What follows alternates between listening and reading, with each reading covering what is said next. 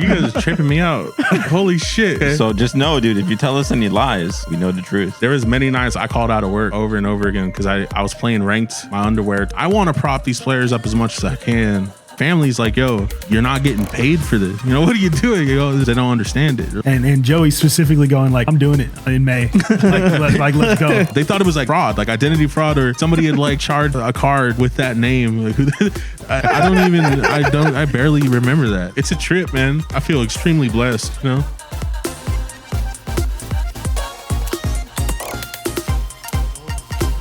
All right, so Michael, would you like to start us up? I'll start. I'm ready to start this thing up, man. All right, let's start it up. Let us introduce Mr. Joey Salami. Okay, so ladies and gentlemen, second podcast of the day, so don't hate on us because you guys are like, they're wearing the same thing from Katsu's podcast. These cheap ass. Yeah, what's wrong with them? But we have a super special guest today. This man is one of the founders of NorCal Knockout in Reading. He's one of, in my opinion, the best production in the FGC that I've seen. Video editing, crazy. This man had a cat named Pepsi, R.I.P. And also... What the fuck? Also, ladies and gentlemen, this man wanted to be a DJ. Ladies and gentlemen, Joey Salami. What the fuck is that? Is on the mic. How you feeling, dude? Don't worry about it. Bro, right off the... This is some fucking Nardwar shit. How do you guys know this?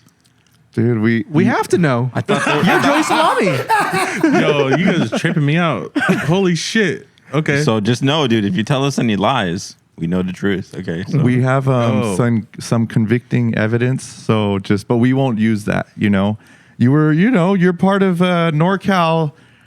With us and everything, right? We got to know about you. We got to know everything. He's looking freaked out now. Yo, this is kind of scary.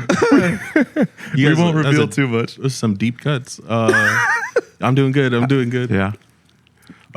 This is trippy to be on the podcast. One, I appreciate the kind words. That's kind of surreal to hear. But yeah, I appreciate it nonetheless, man. It's trippy being on here. You don't know how long. I remember like the first episodes. I remember seeing like when the first ones came out a couple years ago. When I was just seeing you guys bubbling up and was put on to you guys by Dakota. Anyways, it's a trip to be here. I appreciate it. Have you seen all the episodes of the podcast, or I don't know, was there anyone that was your favorite in particular? Michael's. Yeah, I think Michael's. The storytelling's amazing. I think I forgot. Me and Moose. It was on some road trip where Moose is really emphasizing I need to watch it and or listen to it on our car ride. And it was fantastic. Jesus Christ. Yeah, I think that was the one we put a lot of love into because it was like the first and second episode, especially the second episode. Like you guys really edited the hell out of that. Like you found so much footage. Yeah, so I had dug through a bunch of archives, a bunch of forums, a bunch of threads. I actually went through like a bunch of like back channels to get a lot of older Snapchat videos. I'm not going to explain that whole shit. Like that's a lot of work. Like let's just say I opened up a bunch of doors that I shouldn't have. I know there was videos he showed me that I was looking for years and he found them. And at that moment I was like, I could never like fuck with Atlanta because he'll never hurt any of us physically. He will hurt us where he'll probably destroy our life. Like we'll probably be homeless at the end of the day if he really wanted to make us homeless, you know? Let's move on with the podcast. Yeah, it's great. But yeah, so starting it off, right? Your friends and family. Take us through all that with gaming and everything. Yeah. So a little about me. I grew up in Bernie. It's like 50 minutes away from here in Reading. I grew up in a big ass family. I have 7 siblings and fighting games. Fighting games has always been a part of my life. My dad, I don't know, growing up, we didn't have a lot of money. We just had a PC. My dad actually had the home, like the family PC set up with MAME, with all the ROMs of all these classic arcade games. Because we didn't always have the money to buy, I had to buy a lot of games. I had consoles growing up, but that was like my main thing was just spending hours on the computer. And I remember playing like MK2 was like, I played that for hours as a kid, along with Sam Show and yeah, it was always my dad trying to put me onto all these games. And I loved them all. And then growing up, I always had my cousins. They're always playing like Dragon Ball on PS2. I forgot I don't know what it's called. I remember always them playing it and shit. It was always something I looked like from afar. Outside of that, playing by myself on the MAME shit, it was just like watching my older cousins and like enjoying every second of it. And things getting heated. I remember at one point, I was thinking earlier today, I remember Tekken 7 being big. And this is when I was older, probably like, I think 17 or 18, and going over to my cousin's house, my cousin Steven, and I probably shouldn't say, I probably won't say the other one, because they were playing at one point, and my other cousin, he got pissed, and he put a hole in the wall with the controller.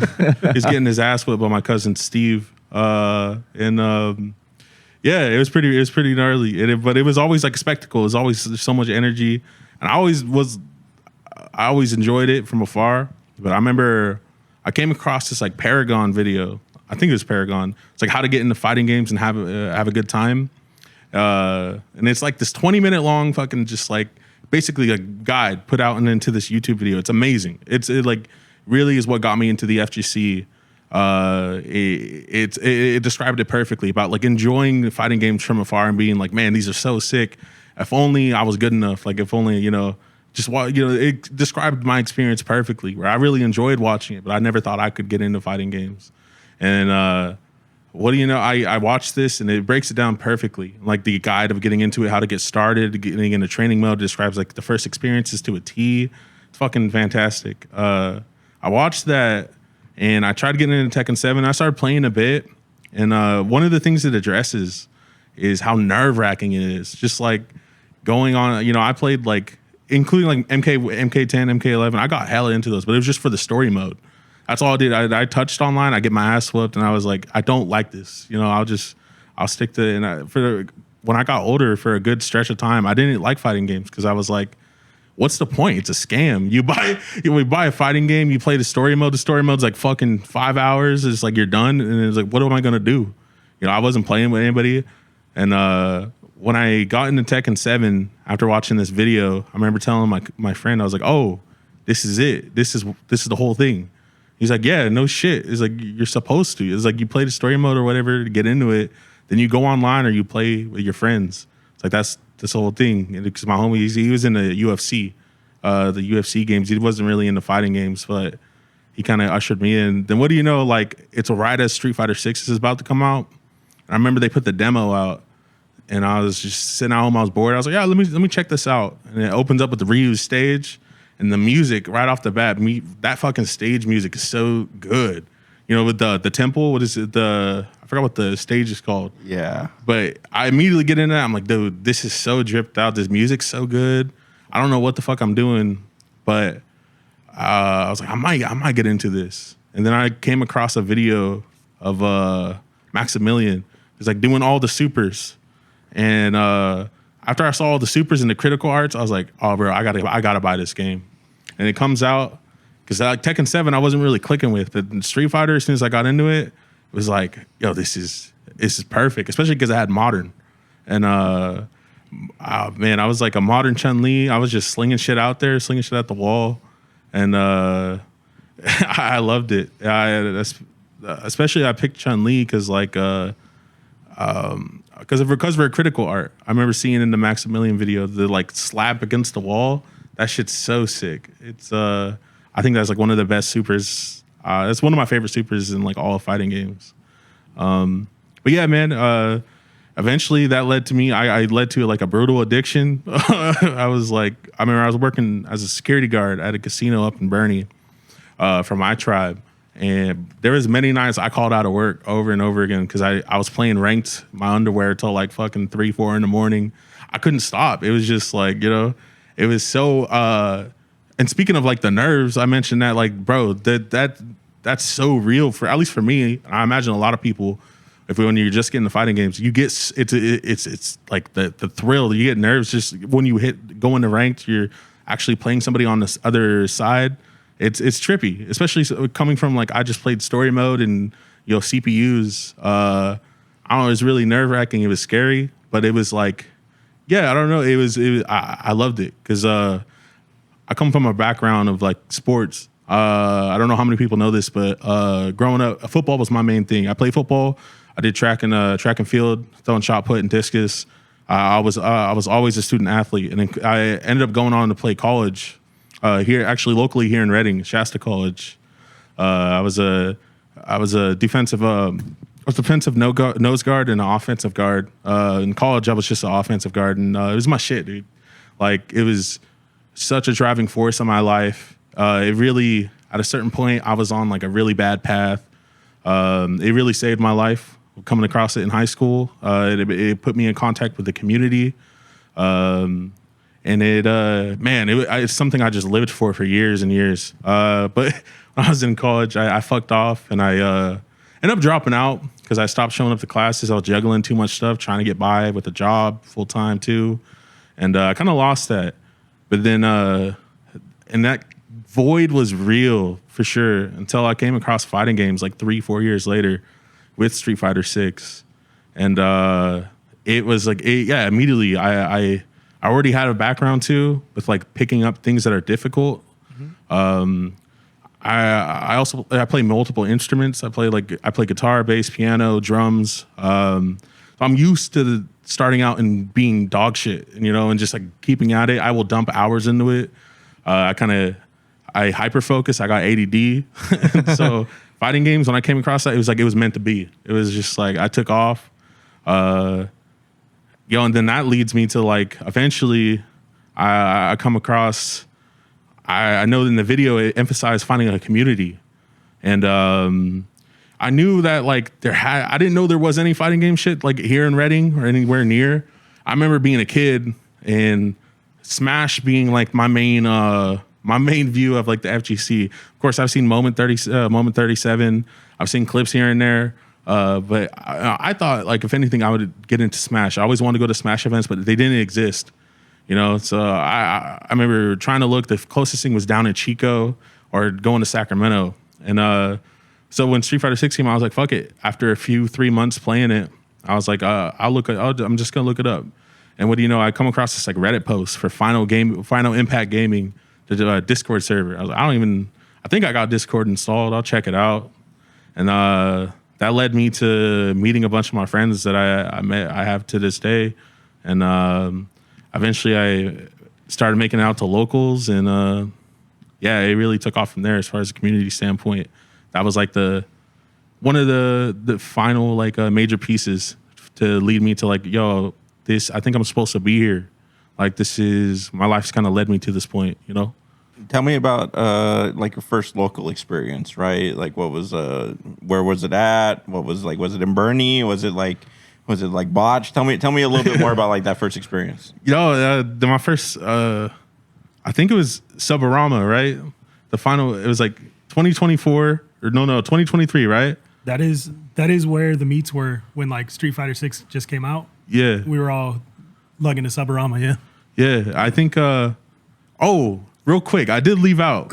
I think one of the main thing before, I said like I'm supposed to be here. The one thing that really set that in place was it was like 2-3 months because Street Fighter 6 came out in June, right? I think June of 2023 or May. It was like 2 months before Evo. It was June. Yeah, it's June, right? Yeah, because our first event was like it officially released on like the 2nd or something, which was a Friday, and we had it that night at 9 a.m. on June 1st. 9 p.m. 9 at night. Yeah, 9 p.m. What did I say? 9 a.m. I was like, yeah, PM. 9 a.m. at night. I was like, what? Same shit, dude. Whatever. Dude. I think it was like a month and a half. I was addicted to this fucking game, calling into work, and I was probably like gold modern Chun-Li, and I was super in it. So was my little brother David. Shout out David. He's definitely listening to this. What came up was Evo, and I remember seeing some video that was like, yo, if you fuck with a fighting game and it's the first year coming out, you got to go to the Evo. Like for any new fighting game, the first year it's at Evo is huge. And so I was like, I had extra money. I was like, I hit up my brother, like, let's go to Evo. Fuck it. So last year is at Mandalay Bay. And then funny enough, that was my first like offline experience and like walking around Evo 2023. Was that, yeah, right? And I think we flew in on Saturday, so I got to check out the pools, go check out all the booths and stuff. It was amazing. The energy was crazy, but really the Sunday's like arena experience was nuts. It was like MVC3 was the throwback game that year. And so I remember waking up, going to the arena early in the morning. The arena was packed right off the bat. And that whole experience was like, it was mind blowing, bro. That first year, Street Fighter 6 top 6 was insane. It was that fucking bracket. There was so many comebacks and so many, and let alone Haitani with the modern Chun-Li. I was like, bro, that was, it couldn't have been more perfect. And I remember leaving that Evo and just being like, yo, that felt like a religious experience. Like that was like, it was mind melting. It really was. I don't know. Hopefully that's not too dramatic, but like, I don't know. It was kind of like, yo, I go from playing the fighting game in my room, totally isolated, to fucking one of the greatest like fighting game events experiences in the world. So I think that's probably why that had such a big impact on me. Well, wait, your first time playing in tournament was Evo? No, I didn't play. I actually didn't really play at the event. At one point, the Kasuni, the Razer Kasuni was coming out, so I was like, yo, I want to stop by the booth and play somebody and try the controller out. I played one game. I got my ass absolutely handed to me, and I was like, yeah, I'm not touching the controller again this weekend. So I actually didn't play at all. It was just, again, it was watching, and it was really taking it in. Yeah. Yeah. What was your first tournament as a player? Yeah. So then that comes to the Final Impact. Eventually, they had a local running out of a sub shop, and I remember showing up. I was hella nervous. But thankfully, leading up to that, I've been running sets with a lot of the guys in the group in Discord. Like they had offered to help me out and teach me how to play. And I ended up playing with people like Moose, Marshall. The huge thing is actually, Marchonium. He got on a call with me and taught me how to do combos, because I was like, yo, I don't think I want to stick with this. It's like too limiting. And I'm realizing, especially with Chun-Li at the time, it's not like she is nowadays. She was missing a lot of shit, like a lot of her important normals, if I remember correctly. And he hopped on and taught me how to do how to do motion inputs. Same thing with Justin, Kermit Tomberry. And but then showing up to my first local, regardless, I knew these guys. It's a fucking trip, by the way, to like learn people's voices on Discord and then see their faces for the first time. Putting a face to that shit is so weird.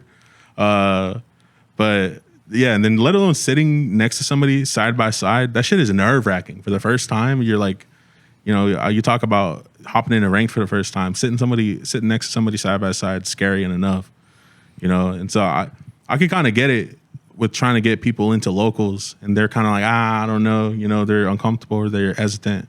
I get it, because for me, it was really nerve wracking. It was something, but that's why I loved it too, though. It was because it matched that same energy of back when I played football.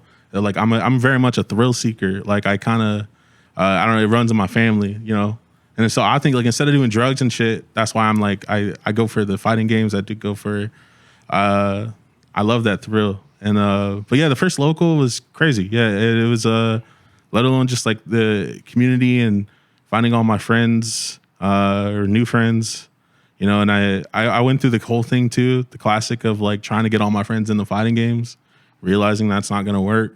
I kind of, with these people that are showing up to the locals, I got to make these guys my friends if I want to, I want that, And that was easy enough. And then it was really just rolling out from there.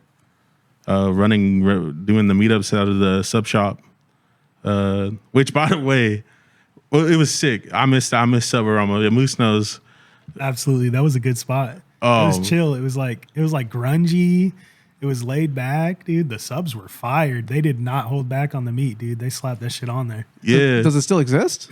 Oh yeah. Yeah, for sure. Oh, okay. Yeah, it's dude. Huge shout out to them. It was so sick. It was hot as shit though, because you got these big ass commercial sandwich toasters running with these PCs, and I don't know, bro. Yeah, in the middle of the summer, it'd be hot as shit, but there was nothing like showing up and getting a sandwich and running sets. Man, we need to hit up this piece of history. Yeah. Not for real. It was tradition. You'd pull up, you'd play a little bit, You hit the little register, get a sandwich real quick, sit down, eat, dude, get back to playing. It was like every time. That sounds super sick. So down for that.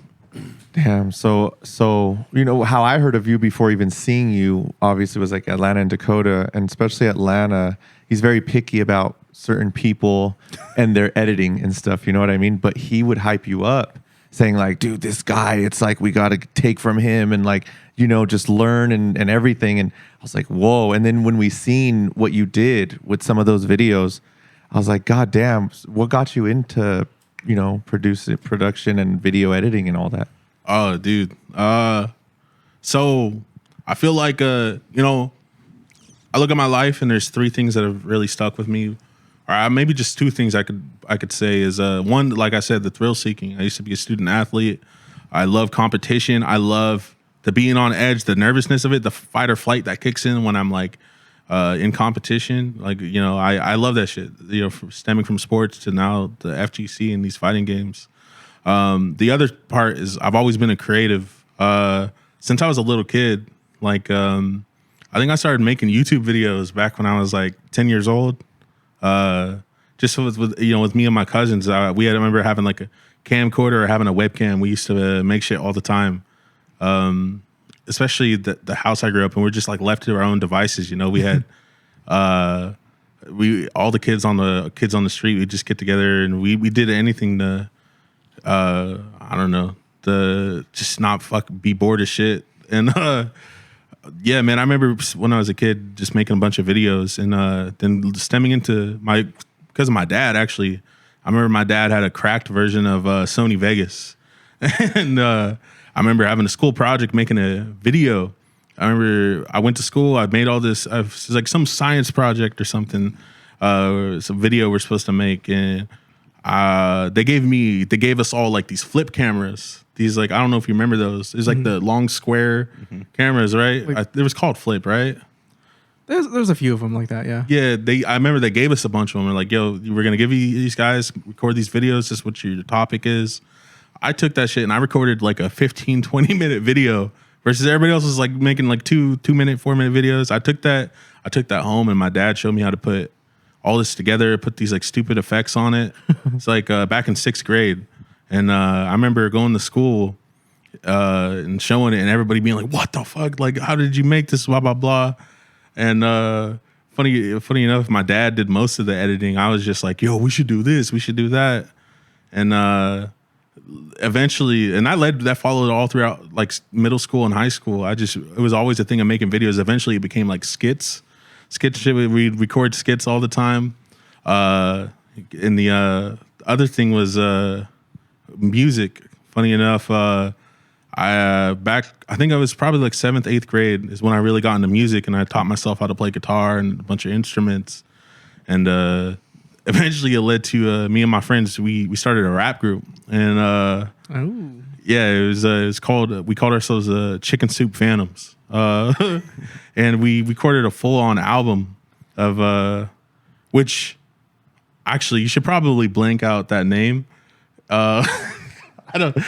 said it. I was gonna name drop Chicken Soup Phantoms if you weren't, dude. Are we allowed to play some samples for the folks at home? Yeah. I'll give you. You know what? Actually, keep the name. That's fine. I think I could provide. I throw in the sample or something. Oh, sick. But eventually, like we formed them together. We recorded like stupid ass skits with like promoting our albums and our the songs we're putting out. And we did a bunch of shit. There's a lot of videos and stuff we recorded. It's like lost to the void.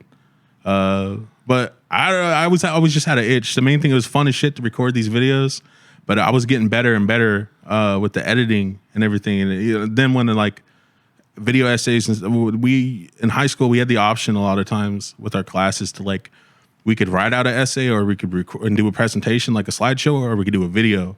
And I always pushed to do videos and shit. Even when it was just like, yo, make a PowerPoint, I was like, come on, let me do a video though.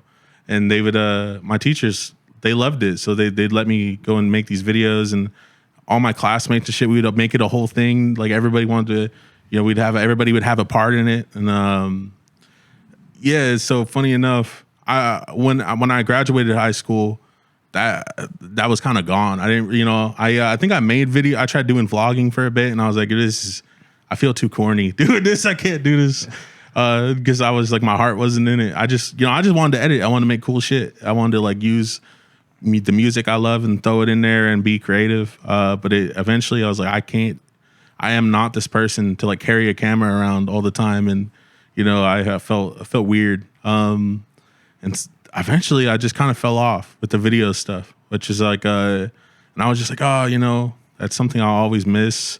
And I leaned further into like the music and producing music and writing music and stuff until then when I came across the fighting games, that's when it was like, wait a minute. I remember going to these meetups for a while, and Dakota had actually joined the Final Impact Discord, our group. And I remember when he joined, I think he sent the same fucking gif of like slamming through the concrete wall. the glitter stormtrooper helmet. So specifically, it is the debut of the Shocker from like an old wrestling video, right? So, but the thing is, it was like so botched.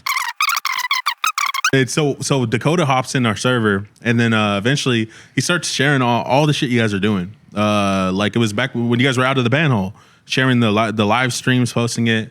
And I used to always see he would also, of course, be streaming himself editing and shit. And I'd always see that, and I'm like, it caught my eye. And then I remember tuning into a couple of the streams and like seeing you on stream. I think you're eating like nachos. It was always something, and you guys are talking about the venue and sharing about like all the shit, like the options you guys got.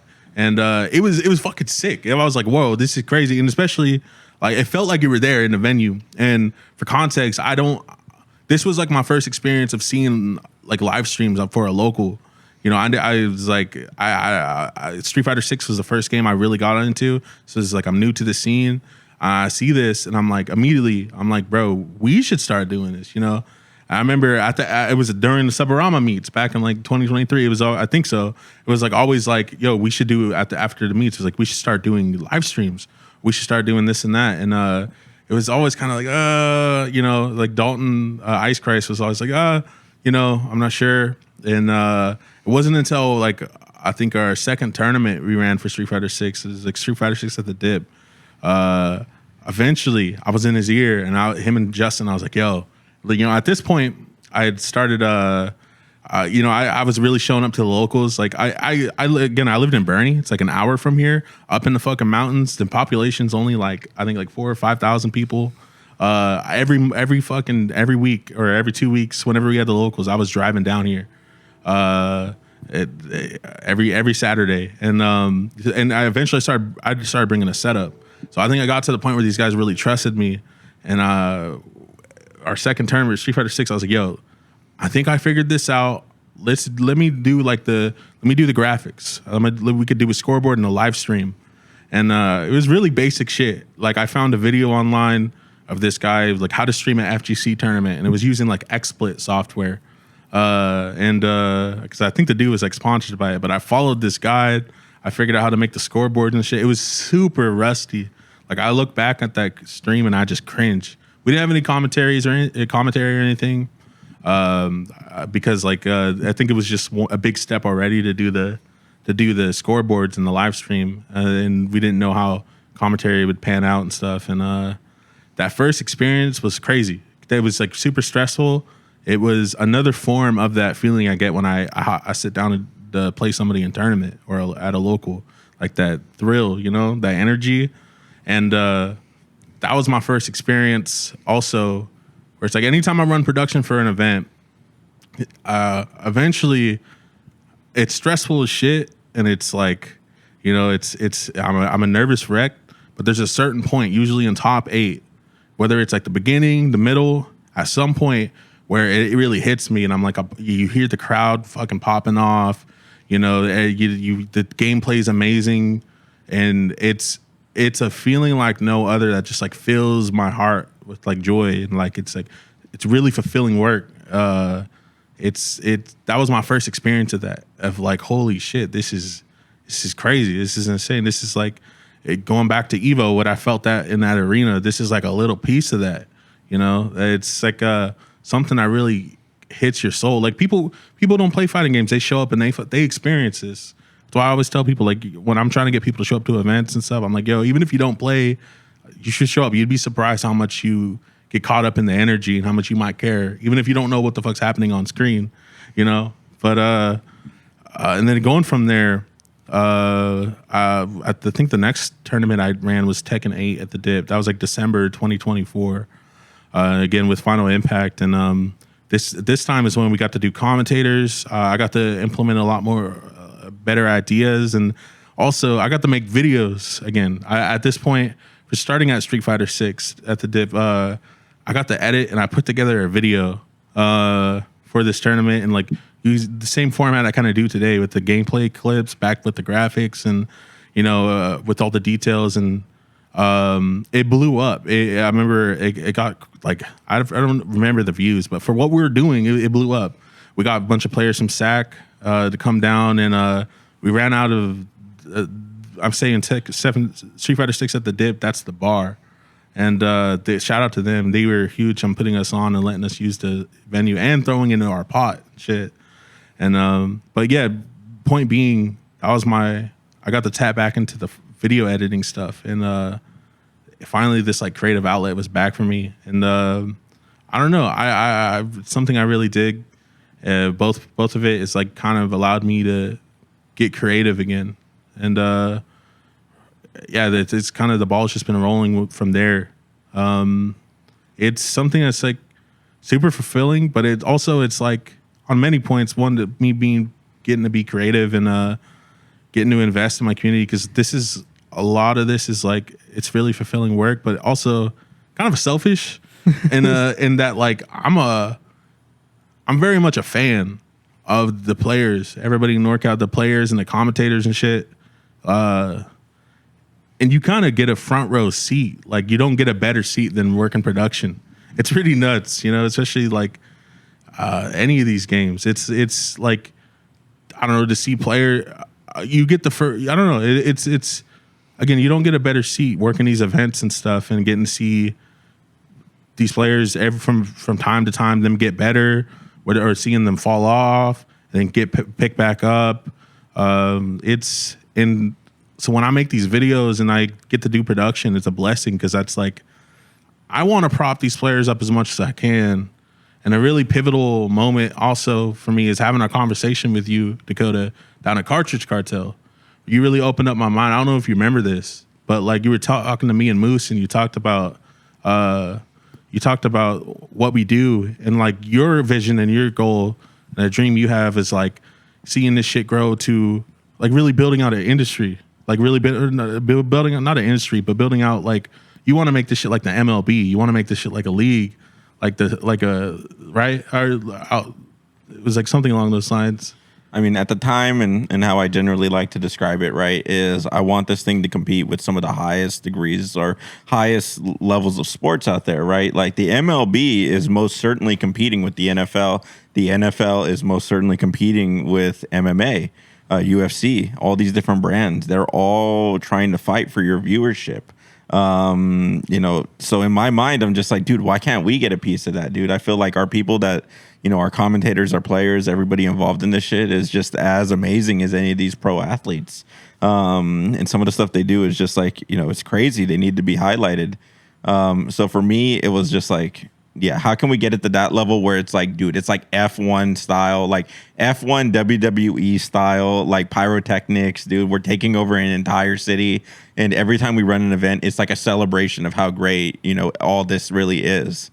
You know, but that's like the far off dream where I'm just like, damn, dude, like Dana White knows what MADHouse is, right? Like, you know, whoever's in control of WWE at that point, or UFC or whatever, right? Roger Goodell.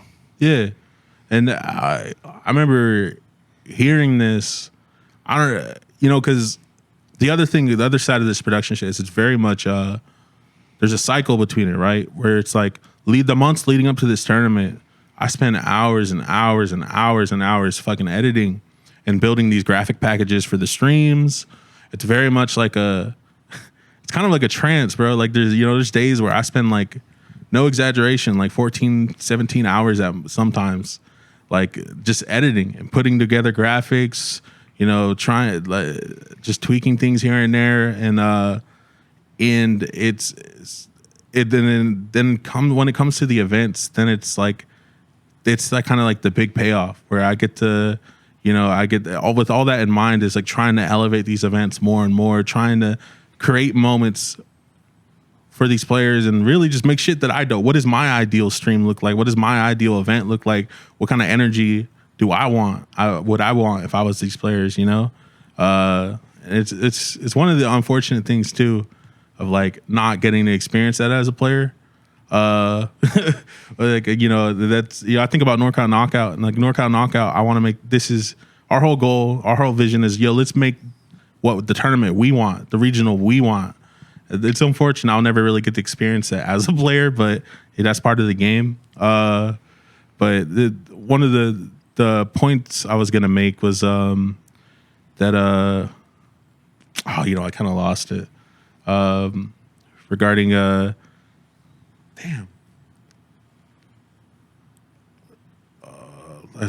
forgot it. What, in terms of like what the type of tournament we want to run, the conversation that we had, you and me and Moose, the vision that we have, what do you get to experience as a player? Like, I'm just saying, I'm throwing stuff out there to see if it jars anything. Damn, if you want, we can come back to it when it comes back to you. It's all good. For sure. Yeah, don't even worry about it.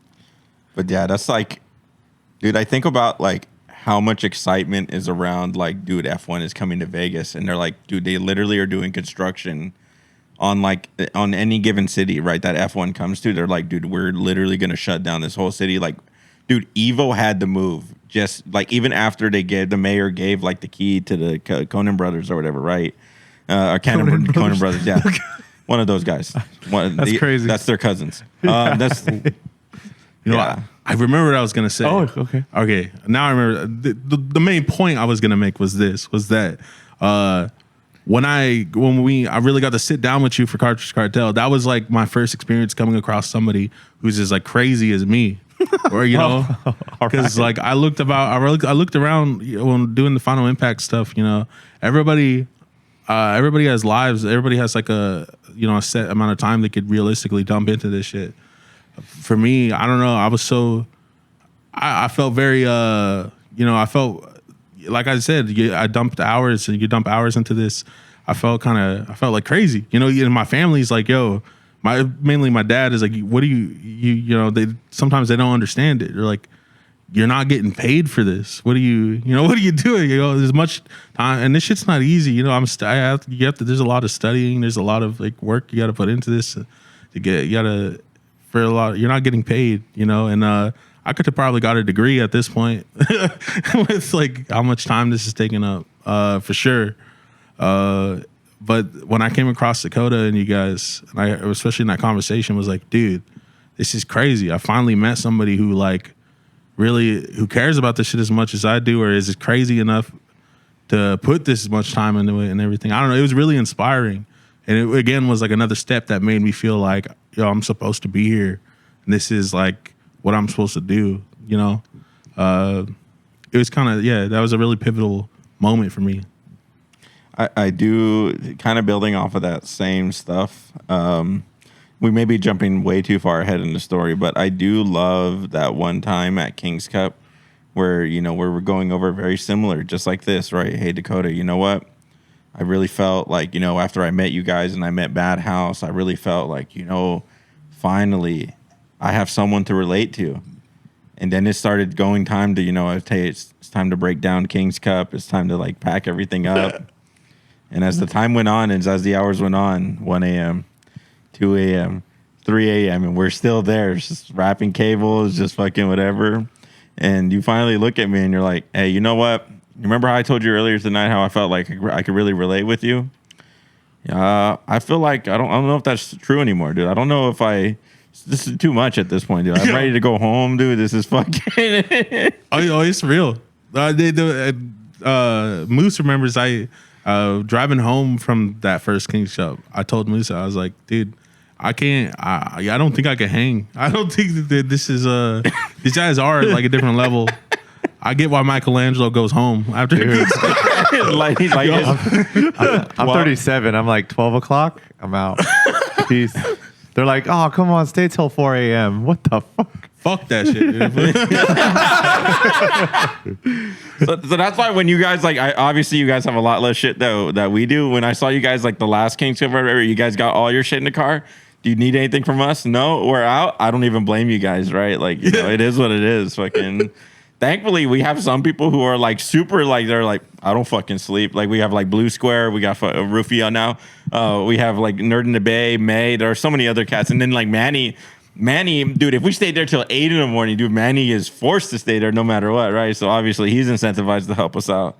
But it's just like.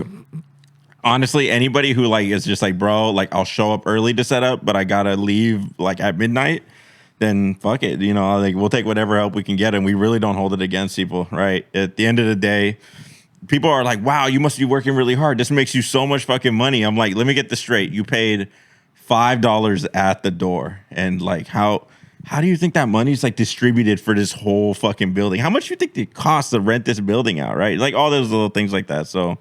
It's just like, look at, man, no money in this, whatever, but I love doing this and I wouldn't be doing anything else. Yeah. Right? No, bro, dude, you don't know how many times my dad said, like, bro, you gotta figure out a way to make money off of this. You're like, said, what are you doing? And let alone, bro, when my dad first found out how much money I was dumping into this, like organizing tournaments and stuff, man, he's like, what are you doing, bro? Like, you know, maybe you should reconsider what you're doing if you have to put money into this.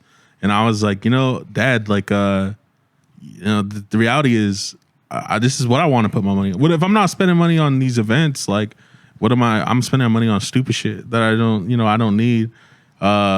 This is versus I get to put money towards, you know, it's so much bigger than me. This is like the amount of enjoyment, the fulfillment I get out of when I'm at NorCal Knockout, when I'm at any of these events, I'm working production and shit, you know, I'm paying, you know, I have to pay money out of pocket. If we're getting a hotel room, we're getting gas, we all do, you know, we're fucking, we spend that. That's like nothing compared to the enjoyment I get out of, and again, with that whole sequence running production and getting the energy, the love, the soul you feel at these events is, it's like peak life experience for me. Like this is, I don't know. It's like such a blessing of shit life has to offer for us. Is the way how I experience these events and getting to serve in the role that I get to serve in. You know. So my dad, you know, my family, they're kind of getting that now, especially just seeing some of the growth. You know, I set out like a year and a half ago. I remember telling Justin and Ice Christ and these guys, Moose members for sure, telling the Final Impact guys like, yo, I think I want to. After that first tournament, is like I think I want to do this. Like I want to keep running production, and eventually I want to stem out. I want to work events, like other events, not just ours. I just want to do this more. Any opportunity I could find to like do this role, to be a part of these events and doing production and shit. It's like I think, you know, I felt, and it's funny because I felt silly saying that at first, you know, and I wanted to like work my way up and work bigger events and other events and find more opportunities. It didn't seem that. I don't know how attainable it was, especially being all the way up where I lived. And so it's kind of a trip to see, you know, reality unfolding where yesterday we're sitting down and Katsu had brought that up. It's like, this is trippy how like the way things are panning out right now for all of us in NorCal, and seeing where like you guys are being nominated for Best Local Evo Awards, how like surreal that is for you guys. And it's funny hearing you guys talk about that. I think the same thing about like the, you know, I'm extremely blessed, you know? It's like I care a lot about this, and to see the ambitions I had a year or two ago. It's like shit to like finally come true is crazy, dog, you know? Oh, Jesus Christ. Yeah, sorry, I'm getting like hella emotional, but I really care about this shit, you know. And it's a trip, man. I feel extremely blessed, you know. It's one of the craziest things you could experience in life. It's like when you, I had a conversation with John Catalyst, from Event Hubs. He brought me aside and he told me, he kind of asked me like, how serious am I taking this stuff?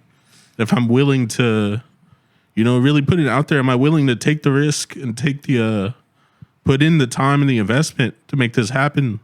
And I didn't even have to tell him what my ambitions were. He said he could see it in me. And, I was like, yeah, I think I am. And he's like, all right, this is going to be one of the hardest things you do. It's going to take a lot of time. It's going to take a lot of effort. And, you're going to come across hardships. People are not going to like you. You're not going to have the best experiences. You're going to grow apart for some people. But you're also going to experience like the highs, the amount of time. It's like, I just want to make sure, what this is going to take, and come from that and to see, my ambitions come to reality is crazy. It's a trip, bro. This is like, I realize I'm living one of the best things that life has to offer, bro. This is, I think it's still, and this is still small. I got my eyes set on like, I think we're all going to experience like, I don't know, coming across to you guys. It's been such a blessing. And I think what we're all going to experience together, it's going to be nuts. It is nuts. It's kind of trippy. Atlanta reminds me a lot of times like, yo, we're in history right now. This is like, I look at FGC history and it seems so far. You hear about all I don't know, Atlanta, it's the way, it seems so far away, but there's a reality that we're in it right now. It's kind of, it's a trip, but it's something I'm so grateful for. I appreciate. And I've never really cried about this shit. I think, so to just, I don't know, say it out loud, for the first time, it's, I don't know, it's powerful, man.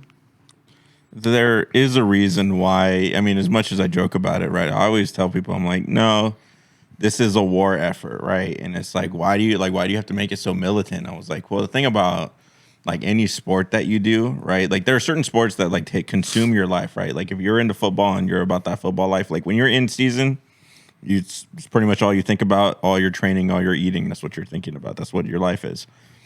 Just like this, where it's like, dude, this is a war effort because every waking moment is borderline like me thinking about like what it takes for MADHouse, right? Yeah. Like even all the little things, like when you say like stupid stuff about like spending your money, I think about like all the different like gizmos and knickknacks and all the other technology, things that I would just spend frivolous amounts of money on, right? Like, hey, dude, I need a $1,500 TV, right? Like that was like a purchase I made before MADHouse, like a 55-inch TV. And it's just like, dude, there's no way in hell I could ever do that now.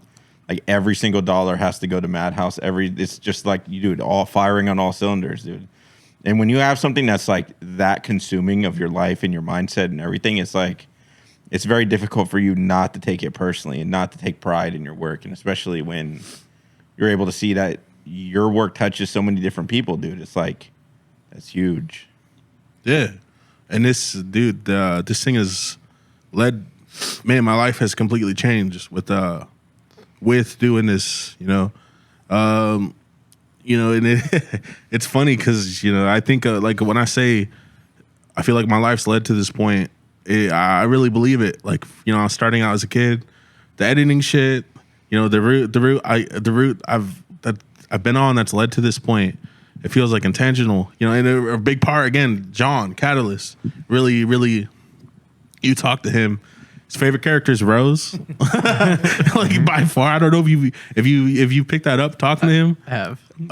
He's got the Rose stick and everything. If you go read the event, it recently wrote a good article and a good video talking about Rose and Street Fighter 6. Hopefully, she comes in the next season. I hope just for him.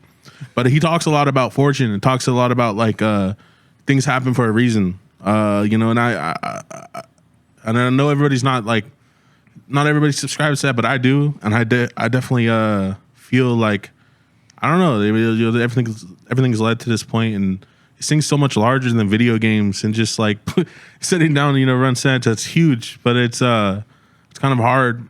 It's kind of hard to get across to people what these events, like what the experience really is like, because I think a lot of it's like there's not words for it. You know, it's so much. I don't know. It's so much more for a lot of us. You know, and I'm sure you can find that in any, like, if you played any sport or if you've been a part of any like community, you probably know what that is. You know, that experience, how powerful this stuff can be, and so it's, I don't know. Yeah, that's what I think when when my family and people ask like like, yo, what are you doing? Literally something that I'm constantly asked, considering like majority of the equipment is being stored in my front room that my family literally sees first thing, you know, as soon as they come home from work or wherever they're coming from every day. But another conversation that you and I had, I found very interesting, right? Because you were just talking about like, hey, meeting people that were like of like-minded. When I started going through the timeline of like, you know, how I like, Dakota, how'd you get into video editing? Like just conversations between you and me, where I was like, yeah, man, you know, growing up, I was making all these YouTube videos and I was like doing this and I always played sports and whatever. And like, just like how much like you and I were like kind of looking at each other's timelines and we're like, dude, we were doing the same shit this entire fucking time, right?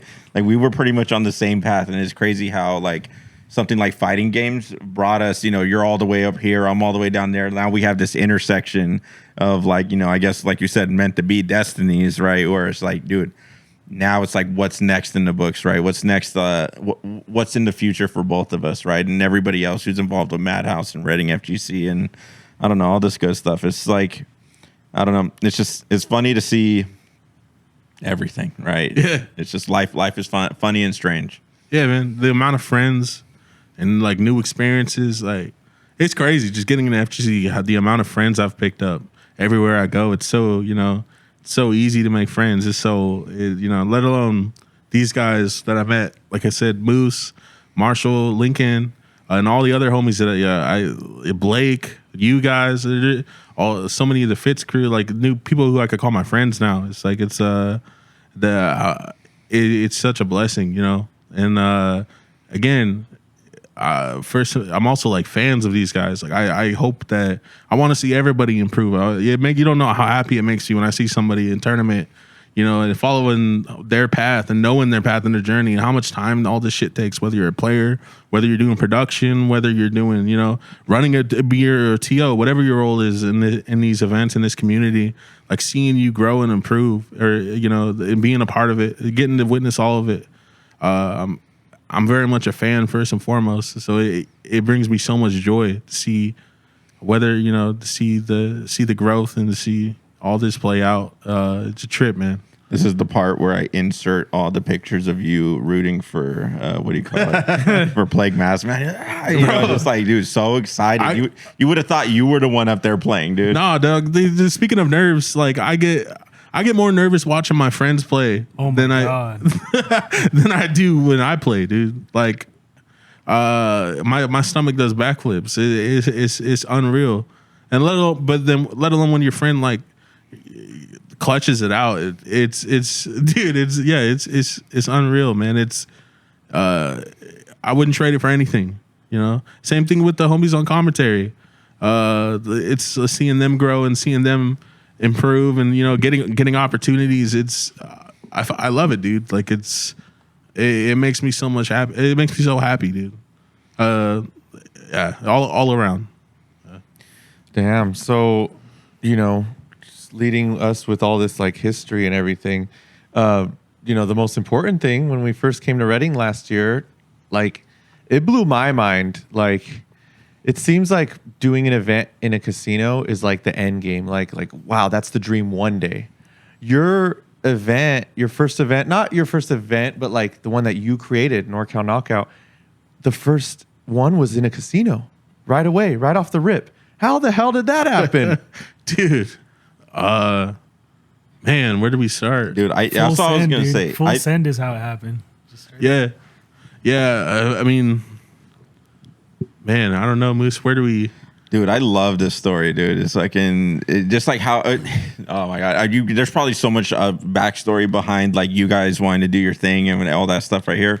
But I just know like even the point where I was interjected into the story, it was like, dude, there's so much already like going on and happening, or just like, It's funny how like complicated it is, but how simple it is at the same time. Like, because yeah, like you said, there was a lot of things going on, but you're talking about like, how did we get this tournament here at the casino? It was literally us meeting up in a living room and Joey specifically going like, I'm doing it in May. like, let's go.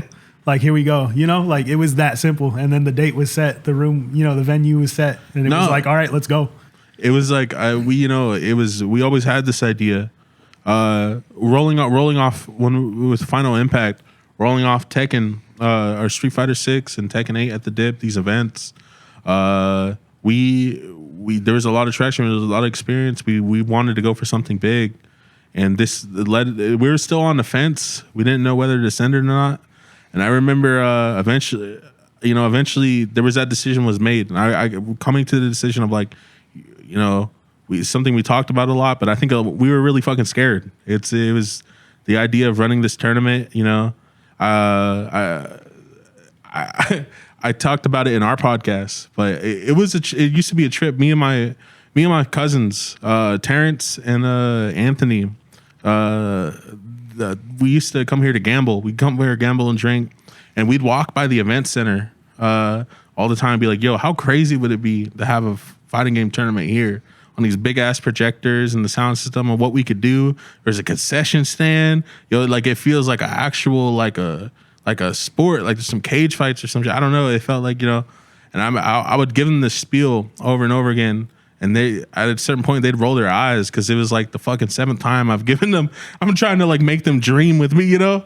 And, you know, leading into, eventually we found out, you know, we got in contact whenever and we found out like, yo, this is doable. This is an option. It was something that then as a group, me, Moose, and us, we would talk about. And I think we were still kind of scared. Then came that decision, to just be like, you know what? I think we all realized like, I'd rather fucking try. Like if this blows up, at least we tried. Like, you know, I can't stand it anymore. Just like, you know, like I can't stand just being on the whole like I don't know, playing it safe, bro. Like I'd rather fucking go for it and fuck up. And if this ends up being a failure, that's gonna fucking suck. But I can't live with myself being on the safe side and just like, you know, let's wait. I don't know. It came to a point where I'm like, you know, again, I feel like I'm supposed to be here. I feel like we're all supposed to be here. And, you know, we gotta, of course, we gotta have limitations. We do gotta keep ourselves in check. But time is so valuable. You know, we can't just sit around fucking like dilly-dallying our fingers, you know? And so I was like, fuck it, dude, I'm going for it. We gotta, let's do it. You know, and it was like 2 months before May. It was back in like March of last year. Yeah, last year. We decided we're going to go for it. And eventually we came in contact with you. That's a whole trip in itself. Because again, you guys really inspired us to begin with. You know, inspired me coming across your streams back at the band hall. And, you know, that worked as something for me to kind of like bite. I was like, yo, I'm going to emulate this, make our own little structure of that. It was like that and TNS, looking at the streams and figuring out what we wanted to do. And so it's very much a trip talking to Dakota to begin with. And Dakota's such a fucking driving force. Hopping on the call with him, he immediately he laid it out perfectly. You know, like it's just like MADHouse, what you guys do, what the pitch is. He's so upfront. He's like, look, like this is you know, this is what we're bringing to the table. This is why. Here's what we're getting out of it. You know, and we want to help you guys out. And you talk to Dakota, and you could tell that it's just like very upfront. It's very much soulful. It's very, I don't know. That's not the word, but you're talking to a genuine person is like the whole thing immediately. I don't know. I feel like I have a good gist of that. I talk to people. You could tell they're putting on a face. They're putting on like, you know, there's something. They're behind something. When I talked to Dakota, I didn't sense that at all. I sensed that like, you know, he was very upfront, and you know, what was that John said in this podcast about you? coming in with the cigar.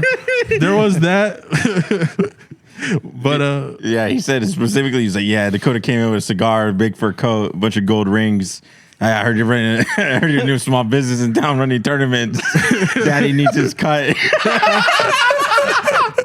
He said some shit like that. That's why it was like motherfucker, right? Like, oh my god. Oh, that's pretty good. We did get a bit of that. But the thing is that's real. That's just Dakota, and he's like he's as far by the way, there was no cut to give. It was just like so it wasn't that, but really I think it gets at like the how Dakota comes across, the attitude. But getting to hear him on the call just one-on-one for a bit, I'm like, dude, this is crazy, this is surreal. And then eventually leading into the rest of the group and building this partnership out. It's a trip again because like you guys really helped kick the shit off to begin with.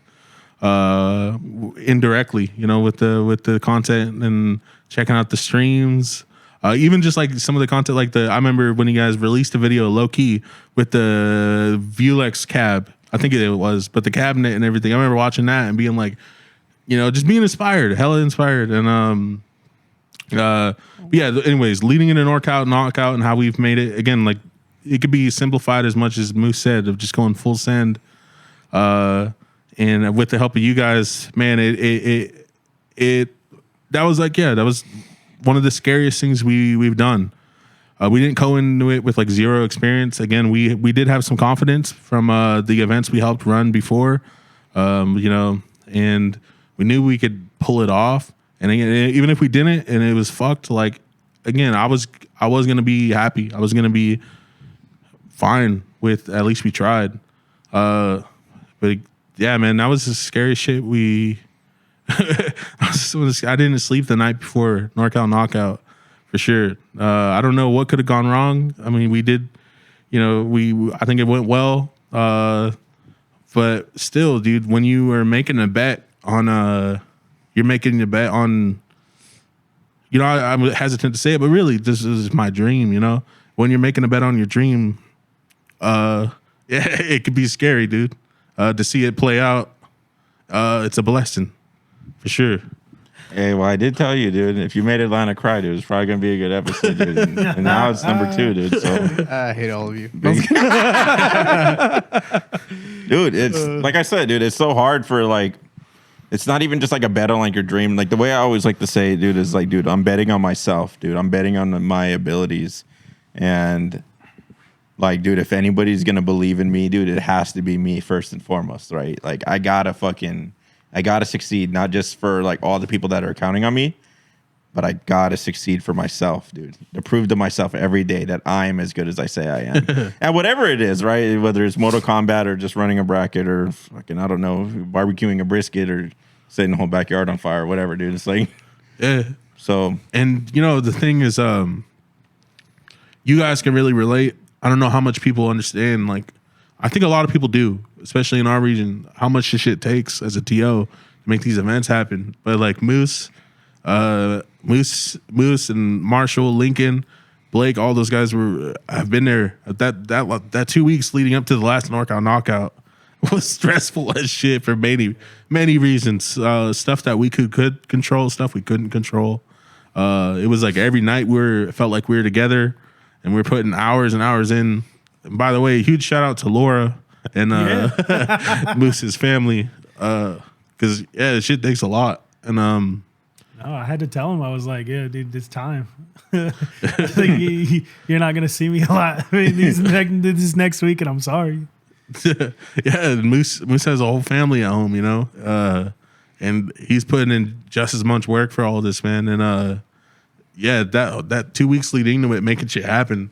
Even like going out, making the sponsorship runs. We're going door to door, me and Moose, with what did we? I don't know if we had anything. Oh, we had a flyer. All we had was an event flyer. Yeah. And going through and having to tell them, like, explaining to them what a fighting game tournament was. This is our event called NorCal Knockout. Dude. We really appreciate your support. Here's what we can offer.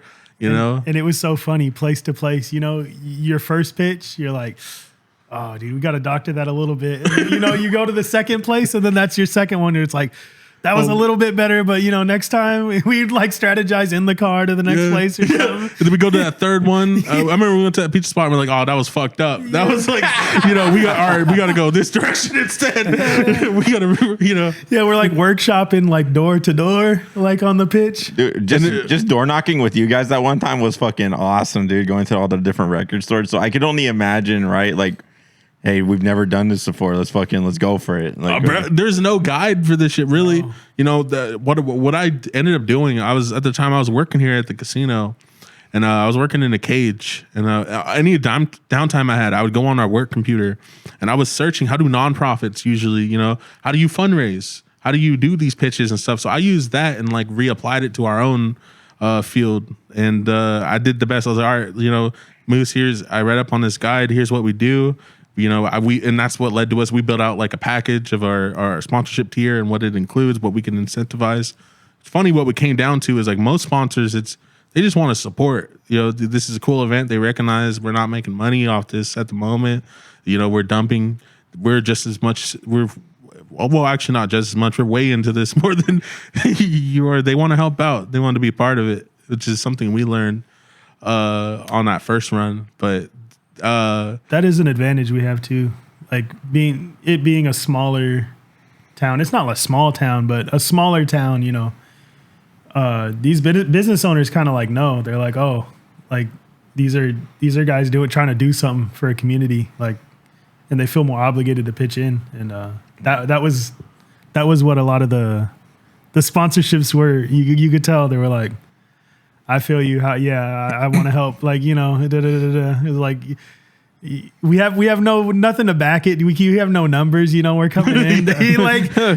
They're just like, fuck it, dude. I'll throw you guys like $50. Yeah. Yeah, and it was surreal to make it work. This time around, it's been crazy. We have so much more time. We've had so much more time to plan for it. Let alone the amount of people already that are involved in this is it's a trip, bro. It is a trip, especially going from, again, like I remember that moment before we made that decision. I had a lot of this planned out in my head. I was like, this is a way this could all play out.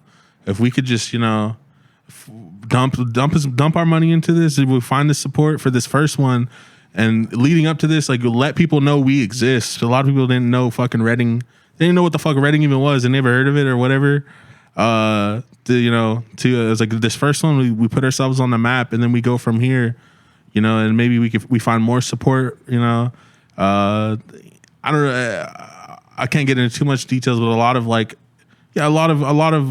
all that shit, like the plan, it's all been happening. It's just kind of crazy. Again, like it's crazy when the shit just come into reality. It really is possible if you just put in the work, and that's what we've been experiencing, man. And it's such a blessing to get to do it with Moose, Marshall, Blake, everybody on our side and your side too. All you guys, and also like some of the Fitz crew, Non-Factor, like all the homies. It's we couldn't do without them, and it's such a blessing, bro.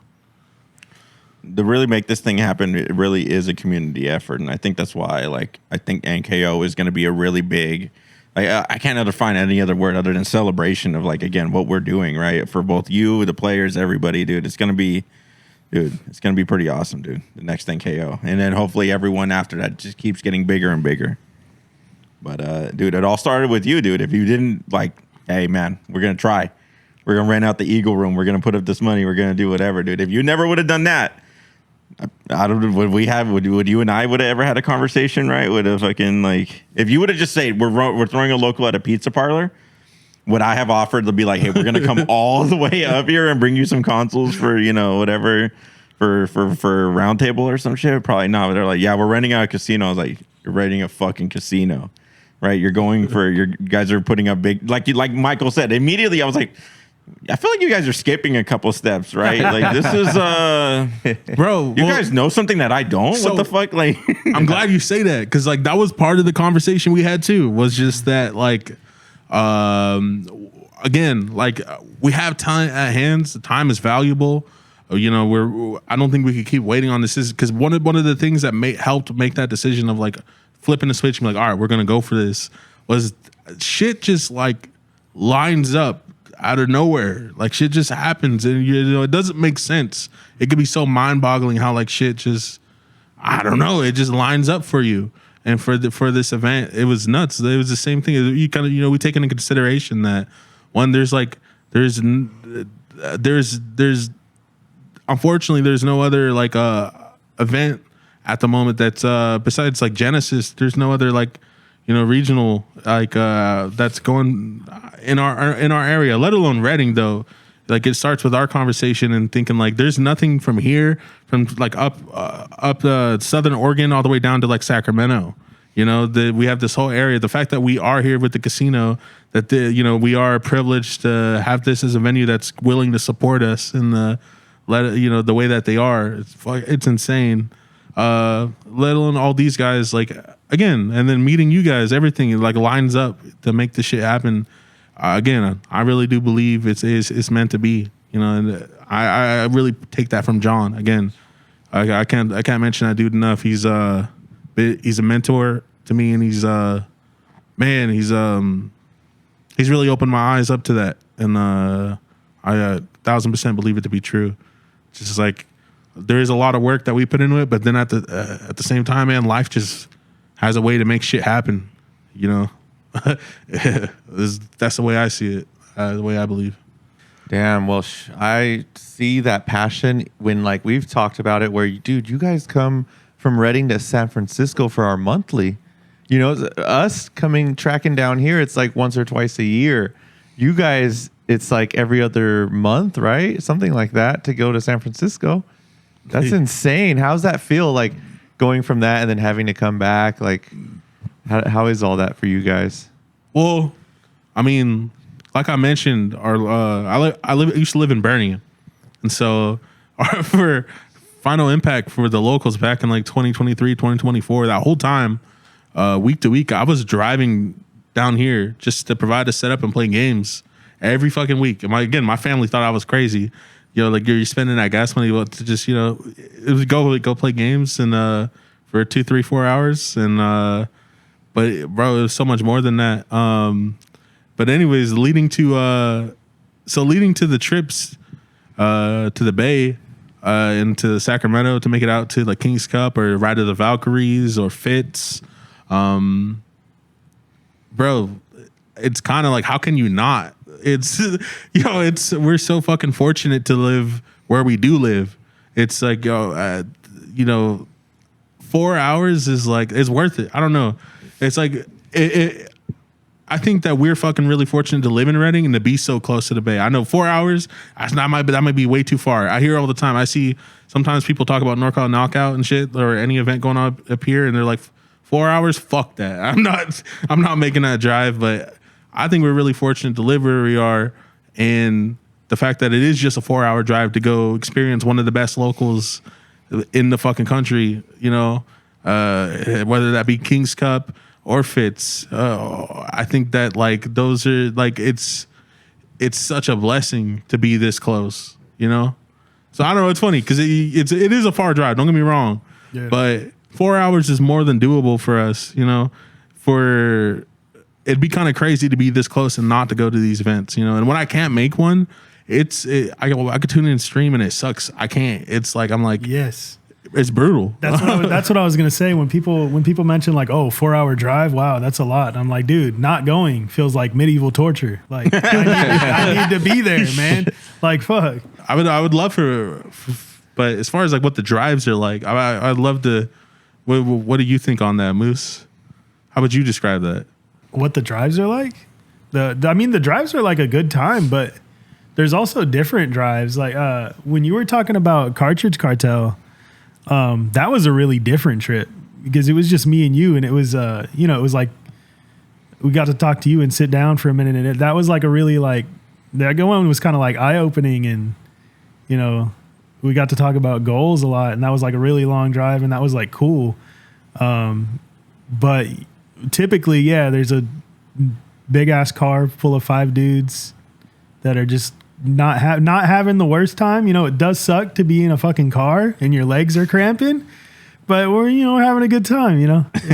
Also, part of me thinks because you guys have to make that drive so much, you guys always have seemed to make some kind of impact while you're there. Like when you went to Cartridge Cartel and when you went to like Fitz recorded us, right? Like for the video and everything. It seems like you guys are like, we're going 4 hours. Like, let's do something with this. Like, 100%. Let's not, because some people come and maybe like take it for granted or just like, oh yeah, I'm here. Okay, I want to go home now or something like that. You guys are like, we need to do something like here, get some info, meet Dakota, or like us, and like do something. So that's cool. Like all that stuff. I really enjoy that. So what about for the future? Some of your hopes for like your goals, ambitions, like what do you guys have planned? Oh man. Let's see. One thing for sure, I'm not sure how much detail I actually want to get into. You tell him to edit it out after, dude. Make work for him. We can just bleep the whole thing out. It would be fine. Like 2 minutes solid. One thing is, man, I really want to continue with this bigger, whether it's like the bigger picture or the smaller ones. With NorCal Knockout, this is huge. This is it's really pouring the most I can into this, and again, making what my ideal tournament looks like, and working with everybody and putting on the best event that we can, and really building out what can be the next major is my idea. And but in the bigger picture, it's again from the start, like I mentioned, I want any opportunity I can get to do this more. I want, because it's addicting, man. It's addicting. It's a blessing. It's everything in between. It's man. It's yeah. That's the other thing. It's like when I go down to King's Cup and shit. Like it's such a. I've said it over and over again. It's a blessing that I appreciate so much, because it's like I'm getting better every time. This is a journey of self-growth for me. It's also it's to get to travel with all my friends. I just want more of that. I want more of that experience, and get to tap into that energy. There's nothing like getting to travel with the homies. I mean, we talked about the car trips. The best part is going to these events, bro. The car trips home are so fucking nice. It's so it's like I don't know. This helps me get through everyday life a lot. I go to these tournaments. It's like I leave a tournament, I'm like rejuvenated. There's like a life force in me that I carry with me, and like those ride homes, man. We just yap and yap. Sometimes we've taken full 4-hour drives, no music, just talking all the time, bro. And it feels like it's only been 20 minutes, because like we're just like I don't know. Is just living off the high of these events and these experiences. I want any way I could get more than that. More of that is what I'd like for our future, my future. But then of course, again, NorCal Knockout, King's Cup, anything I'm allowed to be a part of, including recently the Fimble Tour or whatever, the Ride of the Valkyries League finale. That was sick. Anything I could get my hands on and be a part of, just showing up and being able to uplift others and the experience however I can. That's what I want more of. Along with seeing my homies grow, like I said, and seeing people get opportunities and getting to live out their dreams, man. That's all I could ask for. Yeah. Sick. That's amazing. All right. Yeah, that's amazing. So I heard you were like a sneakerhead, and like even so much to where like you walked in the rain barefoot or something like that. Oh shit! What the hell? Yeah, that was a story I wanted to ask like a lot earlier. Me being a sneakerhead myself, right? But I was just like, what would cause that situation to happen? Wait, you guys talk to somebody that I like? Like who? I know. Well, who do you think? We have to know. You're Joey every Salami. time. Every time you guys mention that, dude, Joey's like looking over at me like suspiciously, and he's no, because I know Moose. None of these guys know this shit. I was like, no, dude. You don't know that story? No, not you guys at like all. reached out to my family, huh? You're about to learn too right now. Then. Yeah. This is great. No, this is new to me. Oh, all those car rides, you didn't even know that. Damn. Oh yeah, damn. Yeah, no, I used to be a sneaker. I used to be a sneakerhead. I remember when I was in high school, I had a summer job working at the casino up there, and we made bank. I mean, being a 15-year-old and like we were slaving away in the fucking summer, getting worked like crazy. And we were taking home some good money. I blew it all on sneakers. Like I remember, I for years I've kicked myself in the ass just thinking like how I got paid like I don't know how much I made that summer, probably like $3-4 grand, and just I spent it on like 5-6 pairs of sneakers I think, and like maybe just like some food, some fucking like eating out, maybe like some food, taking the homies out to the pizza spot and like a couple times, and then I used to. Oh God, I had so many good pairs. I was mainly Jordans for sure. I had like one pair of some really nice Kobe's. Otherwise, it was always Jordan 5s, 3s. I remember I used to have the cement 3s, RIP. I still have some at home. I think I wore a pair to the recent Kings Cup. But yeah, though the story about walking in the rain was so funny too because I remember I was hanging out. I think I was hanging out with some girls and like a couple homies in high school and some girls. And I used to spend a lot of money on clothes and shoes. And I remember putting on my best fit. I would only break out the 5s when it was a special occasion. I'm trying to impress these girls, look good. And it started raining. And I'm like, bro, I can't fuck these shoes up. These shoes were like $500, Yeah, so I took them off. And I was walking barefoot, goofy as shit. And it's funny because the juxtaposition of wearing these shoes, trying to impress these girls. Then, they couldn't wrap their head around why the fuck would I take my shoes off walking barefoot, or in my socks to keep these sneakers. It ended up working against me. I just looked goofy, but hey, I don't care, bro. Like I couldn't get the sneakers dirty, dude. Like since starting MADHouse, I have completely halted all my sneaker stuff. Like, dude, refused to buy sneakers. I refused to buy it's just all MADHouse stuff, dude. I miss sneakers so much, and especially right now, considering that we are being nominated for like best loco or whatever. I've been building like outfits in my head, and I was like, maybe it's time to pull the trigger on the Jordan 1s, dude, the top 3s. The red, white, and blue. And the black, of course, right? But like Jordan top 3s or just getting like a Thoroughbreds or Royal Ones or anything like that, right? Like, dude, I want sneakers so fucking badly, dude. But it's just like I can't fathom spending that kind of money, especially now that the market has taken like a dip, and a lot of these sneakers, like the Mocha ones, are like now like below retail. Like, dude, Soul Supremacy and like a bunch of other sneaker spots are like selling for like $160 or whatever. And then you wear size 13, right? No, I wear 11s. Oh, 11s. Okay, I mixed it with someone else, right? Because I wear size 13. Like I usually my shoes are either dumbass cheap or real expensive, since it's like such an uncommon pair. So I'm like, fuck, man. Like I'm in a weird spot right now, and I can't give in. I can't give in to my old demons. Yeah. Oh, bro. I've always been a collector because it started out with sneakers, and eventually I stopped buying sneakers. And then I used to be a vinyl collector, actually, like a record collector. And man, oh my God, bro, I had such a good library.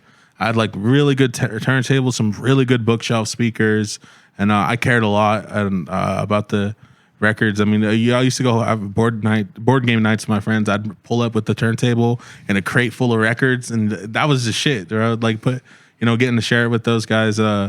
Eventually, I realized, like, dude, I'm spending way too much money on this shit. Like that's a bad habit of mine. Of like, I love collecting and I appreciate the shit I collect, but I realize that I'm just buying shit to buy shit. I'm just, it's like I hit the record store. I would spend like 2 hours, and I was spending way too much money. But yeah, the similar thing when I came to the fighting game, the FGC, that has all kind of gone away now. Like I could go out and I could buy some sneakers or I could buy some records, drop a couple $100, but I'm like, yo, I could have put that towards this piece of equipment we need, that me and Blake need for the next event. I could have put that towards, covering printage costs for NorCal Knockout. I could have put that toward blah, blah, blah, Yeah. You know how it goes. Yeah. That's funny you guys know that though. That story about because that followed me throughout high school too. It was like how goofy that story was. You got to show up to a local barefooted or something, dude. You got to. Yeah. That's Yeah. trippy. You know who told us? I imagine my sister, huh? And Matthew and Sharon told us. No shit. Wait, my parents? Your parents. Yeah. What? Yeah, we had to bribe them because they said you have to. We really want to know where the Joey Salami gamer tag came from. What? You have to tell them now. That's crazy. Yeah. Where did the name come from? What's the story behind the name? They're gonna Wow. see this. You're gonna see this. So Yeah. you better. That's trippy. Yeah, the name, it's just random. I don't know what. I remember at a time like I said, we started a rap group, me and my friends. It's called Chicken Soup Phantoms. It was some like we used to come up with all these stupid ass names we'd call each other, and like for some reason there was some shit around like so my cousin Anthony and my cousin Steven, they're native and Italian. And my their dad Dana, I used to live with them for a minute, but it was always kind of we used to always call each other just like maybe I shouldn't say that. We used to always come up with these like fun, just goofy ass names with like Italian shit like that was related, like think of like generic like Tony Pepperoni type Tony shit? Pepperoni, Tony I don't know. Pepperoni. And so funny enough, my cousin had a name like that. He used to call himself like some like I think he called himself Joey Salami or something similar. It was like his PSN tag or something. So at one point, my friends asked me to make a Discord account, and the first thing I could think of was like, oh, my Joey Salami, and my Steam tag was actually like Salami Dawn, because we had this. It was like this mixture of like food, this humor we had of like mixture of like foods and like Rick Ross and like Italian, like, deli meats and like some weird shit when I was like 15, 16. And I made the name because I think my friend was like, yo, let's not use Steam chat anymore. Steam voice chat is dog shit. You need to download Discord. And I was like, fucking fine, dude. I'll download Discord. We used it a couple times to play some games. I threw it to the side, forgot about it until like 3-4 years later. Again, I came across that Final Impact post to join the Discord. I was like, I think I got Discord installed. I signed in. My username was Joey Salami. I was like, all right, I guess that's it. I didn't realize how serious people were going to take it. You start like interacting with these people, and that's what they start calling you. I started showing up to locals. Everybody's calling me Joey. I was like, bro, I'm not going to correct them. It was all right if they want to call me Joey. At a certain point, somebody called my real name's Matthew. Everybody calls me Matt, and actually my nickname is Matt because my dad's Matt. I'm the second Matt. I don't know if that makes sense. Yeah, it does. But people call me Matt. They call me Matt, or they call me Joey. I hear the same thing. So it's funny though, because earlier you said we're eating dinner down here at Wind River. And my sister is working. She's a waitress. She comes over and you said that she was calling me Matt, and you were getting Michael. You were getting tripped up about it. Yeah. I didn't even notice. I didn't hear. I didn't notice she even called me Matt or anything or Matthew or whatever. Yeah. I know I had to do the double take when I was talking to your sister. I was like, yeah, Joey and Matt's on his way right now. Like I did the whole like. Yeah. But yeah, no, man. There's no crazy story about it. It's just random ass name. I've talked about.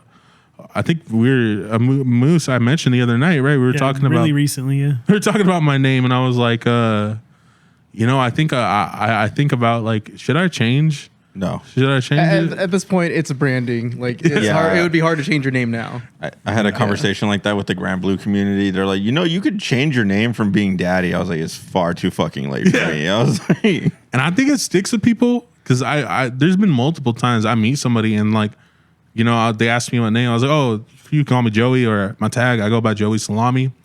And then they were, oh, okay. And then Bocce is a perfect example of this. Of like, I remember, I think about meeting them for the first time and sitting down and doing locals, and they just over and over kept repeating. I kept hearing them talking to themselves like Joey Salami, and I like, like kind of like, Joey Salami, and I think it sticks with people.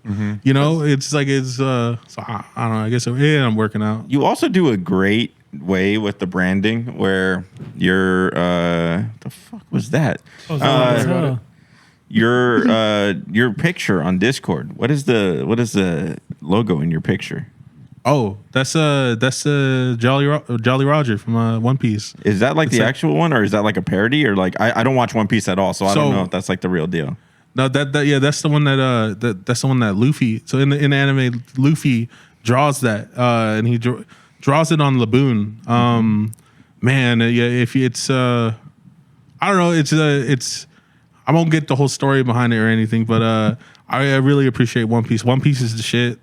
It's a huge inspiration for me. It aligns with a lot of my views, and it's something, especially with the world right now. It's man, if you know, you know. One Piece. I put in my bios. All my bios. I'm a One Piece missionary. For the longest time, my cousin, for like 2 years straight, my cousin was like, "Bro, you need to watch One Piece." And at the point, I didn't watch any anime or anything. You know, I'm like, "Bro, shut the fuck up about One Piece already." I don't want to watch fucking One Piece, bro. And I told him I'd watch like 2 episodes. We sat down, we watched those 2 episodes. I gave him the whole like, yeah, I'll check it out some more. I never did, you know. And then like 6 months later, he's just won't stop fucking bothering me about watching One Piece. And eventually you do, and then you realize like, oh, this is the greatest shit ever. And I text him, I was like, dude, I'm so sorry. Like, thank you for fucking not giving up on me. And for like 2.5 years, bothered me to watch this shit.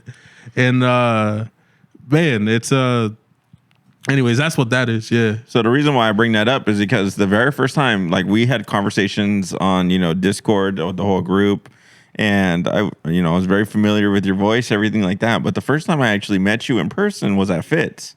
And do you know what was like? Literally, like, the first thing I said is like, I walked up the stairs, I saw you standing there. The shirt was covered in that fucking logo that was on your fucking Discord tag, and I was like, Joey Salami? And you turned around and you're like, what's up? And then like fucking, I don't know if it was Moose or someone was like, hey man, I heard him say like in the background, and that was a good idea wearing that shirt, dude. Everybody, like and I just was like, damn, dude, the branding was just like on point. I was like, fuck yeah. So I know you had the shirt, but it's got a little cold in the room or whatever, right? But yeah, I really, really like that shirt. It's really cool every time you wear it, and people know you immediately. I try to make it a thing to wear to events. Also, just so people, people recognize me, or people, people might. It definitely helps out. I mean, dude, this podcast is gonna help out, dude. And it's shirt or not, right? Obviously, the number one thing I always like about this podcast is the thing that I disliked when even when Michael made Evo top 8 was I was looking at both of them and I was like, I don't know which one's Michelangelo. I think it's the guy in the green shirt since Johnny Cage turned green, and that ended up being Big D, and I had it all fucking backwards. Right? I was like, it was all fucking.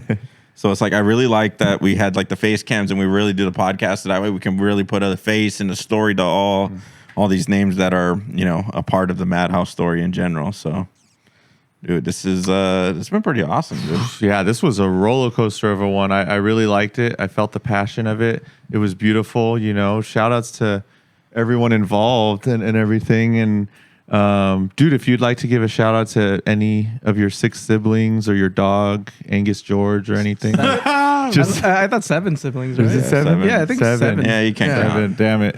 Oh, actually, I do have a question. Like, there's something going on with an email that actually got to your dad that your mom saw about the name Joey Salami. How'd that story end? How they were like kind of going crazy? They were calling you, but you were answering because you were gaming?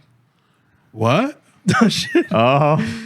Yeah, because we were told that a little bit, but we didn't know how it ended. Email.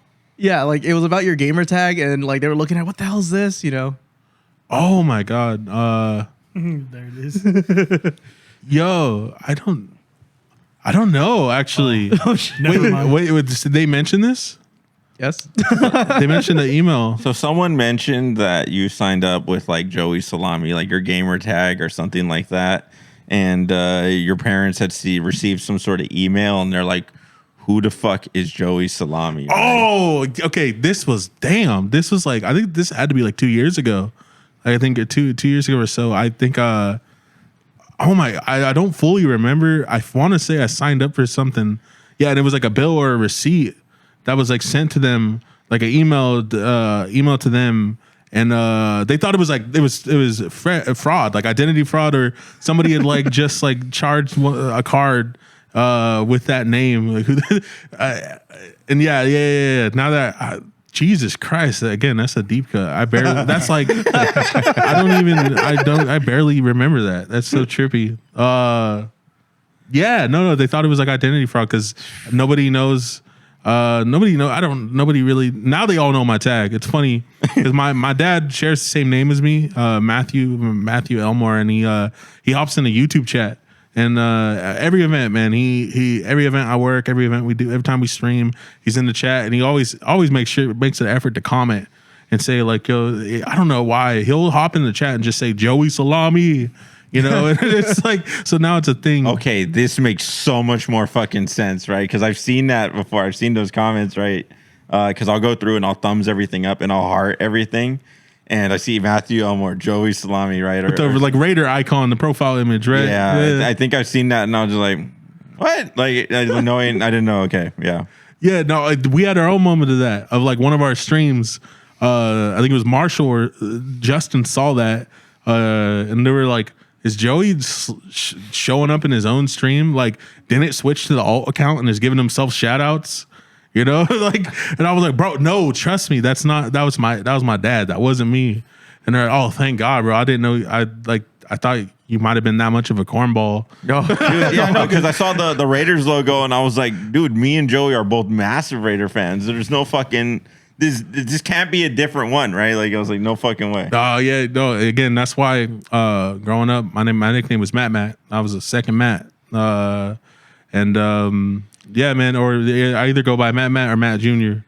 Not Matt Jr. or just Junior. This is what my brother Robert calls me. Yeah, no, nobody, outside of that, only like my parents and I think my brother Robert and Alexis know I go by Joey Salami. Of course, and of course my brother David. I'm already dreading because we're holding NorCal Knockout at my work. It's at this point compared to last year, it's grown in so much more in scope. Like so many of my fucking coworkers coming up to me and ask me, oh, you're the one running the event, blah blah blah.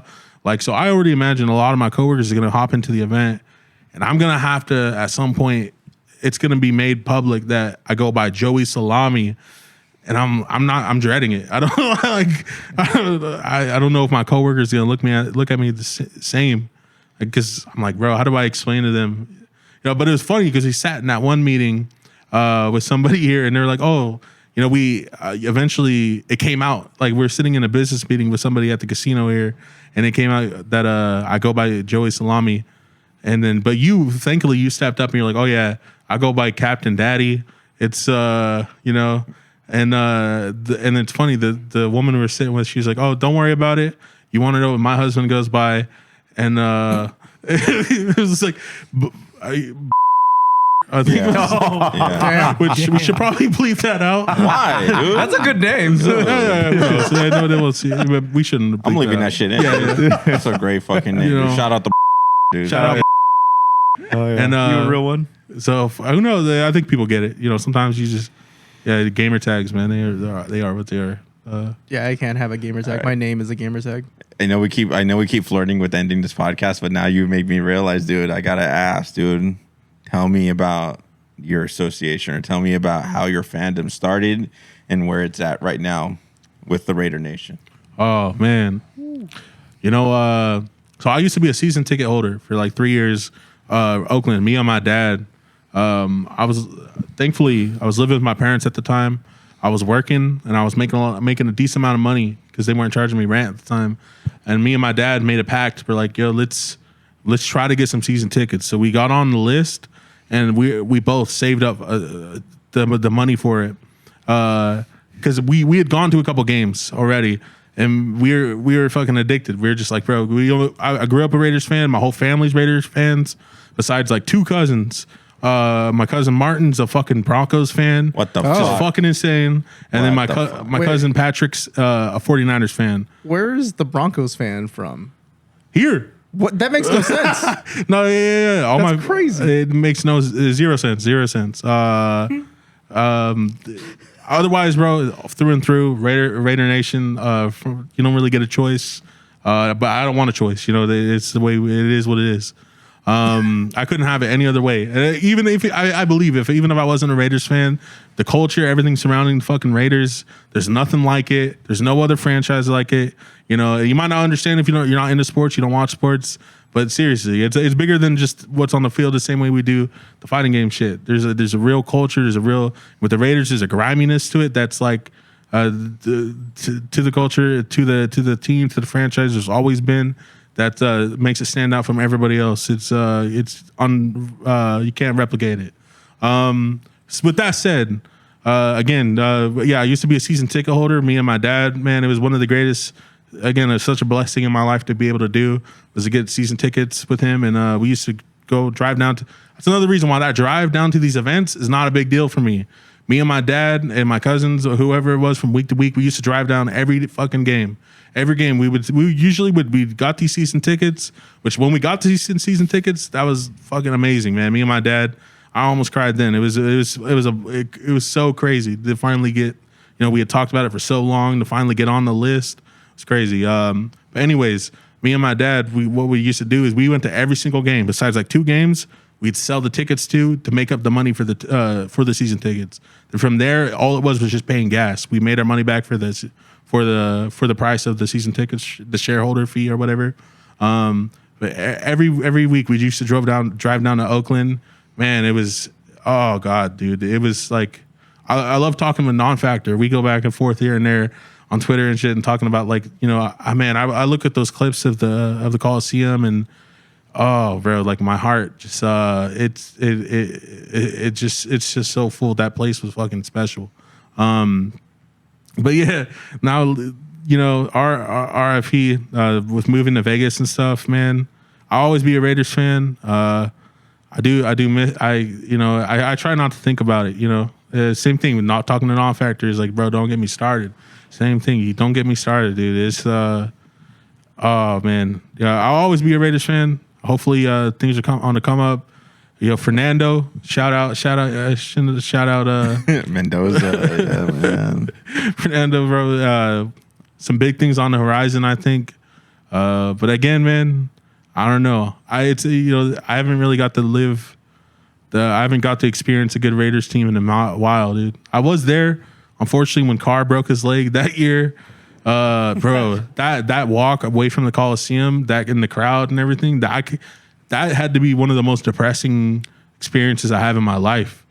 Like not just for me, but dude, you don't understand the emotions of that crowd.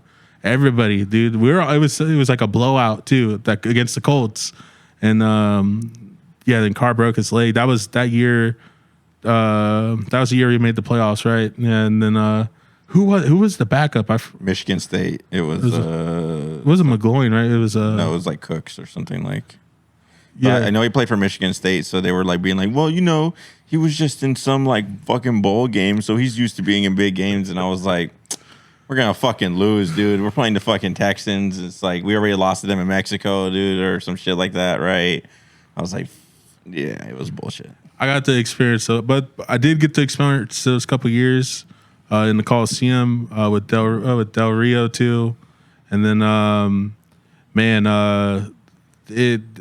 from there I don't know, dude. I've never experienced what a good Raiders team is really going to be like outside of the few years we've had.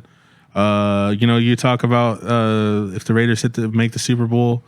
Is it make the Super Bowl or win the Super Bowl? Win the Super Bowl. Win the Super Bowl. We're gonna get you some drinks. Yeah, dude. The Raiders is big, man. It's it's the same thing. The same thing where a lot of my cousins and shit, I used to tell them about these games. Like, yo, if you show up, you'll understand. I used to spend a lot of money going to these games and stuff, and they would be like, I don't get it. And I take them to one Raider game at the Coliseum, and they're like, I get it. I want to. It all makes sense. That was the coolest shit I've done in my life. You know, like that's, bro. It was surreal, dude. The experience of people fucking smoking weed in the stadium all the time. They're just fucking the DJ blaring Bay Area music the whole time. It's like it was grimy. It was like, but there was so much soul and culture in that place, bro. But now you go to the new Coliseum and it's just a bunch of rich people. It's a bunch of like tourists. It's a bunch of people wearing like fucking $20 Raider shirt they got at the airport. You know, watching it with their fucking hot girlfriend. You know, not just sitting there, no energy. And you're bro, like, what is this? This is like, you know, what happened, man? What happened to my boy? You know, it's just, oh man, it's depressing. What a depressing note to end the podcast off on. Dude. Actually, if we want, we could end it on a happy note right now. Like, I mean, I know I hinted on a few things, and I 100% want to support you guys at NKO. And I know you guys have been like genuinely worried about like the pot bonuses and all this stuff. I want to, like, honestly, I trust you guys. I love working with you guys, but I want to donate $3,000 to the pot bonus. And yeah, so I've been waiting to like give you that news. So yeah, so I want to give you guys that money, and you guys could do whatever you guys want with it. And I know you guys are gonna throw a great fucking event, and I'm proud to be a part of it. Are you serious, man? Yeah, I'm very serious. I wanted to wait until we did the podcast with you to like announce this, but yeah. So we brought this up a couple months ago, and you guys are like, "Tell me now, right?" And we're like, "Yeah," and we're like, "No, we're gonna hold off to it and just wait until like next year." And then this podcast came up, and I thought now is a good time to say it. Surprise! Oh man. Fuck, dude. Sorry.